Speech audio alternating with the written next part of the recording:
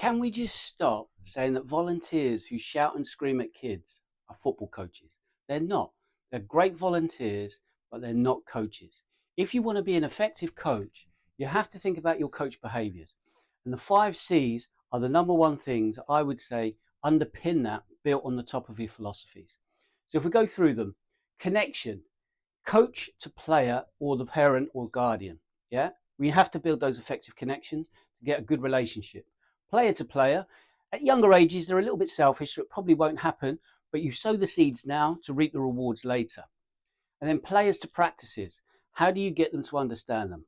Auditory, show them videos, show them session plans. All of those things can help. Caring, people don't always remember what you tell them, but they do remember how you made them feel. So all of your players, once you've got connection, you have to show that you genuinely care about them. And what you want is that when they're older, they cross the street to shake your hand and say, thanks, coach, rather than avoid you and walk the other way. A character, help players to develop these positive characteristics. And they could be anything that is important to you: hardworking, determined, polite, well-mannered. Try and think of this through the lens of, as I'm older, what would I like my neighbour to be? So that person who crosses the road to shake your hand, are they a good neighbour? How about the one who avoids you and thinks that coach was terrible? Yeah, think about these things. Confidence. Confident players perform better. Build it, don't destroy it.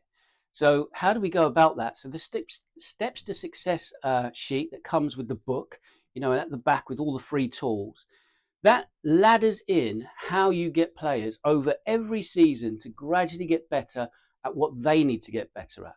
Yeah. And the USE model, unsuccessful, successful, exceptional, really links to that. And we'll go into that later in other videos. And then competence. Players get better by playing. So this is the non-negotiable: equal playing time, rotation of positions. If you want players when they're in their teens to have a good tactical range, they need to have experience playing in a lot of different positions. Yeah. What's it like to be a goalkeeper? What's it like to be a striker? What's it like to invert and play on your not so strong foot?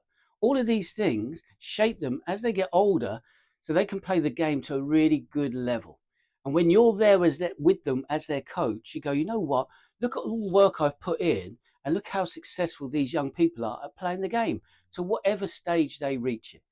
So to be an effective coach, you don't shout and scream, you educate, build and develop with the players. I hope you enjoyed this, and I look forward to sharing the next one on shared language.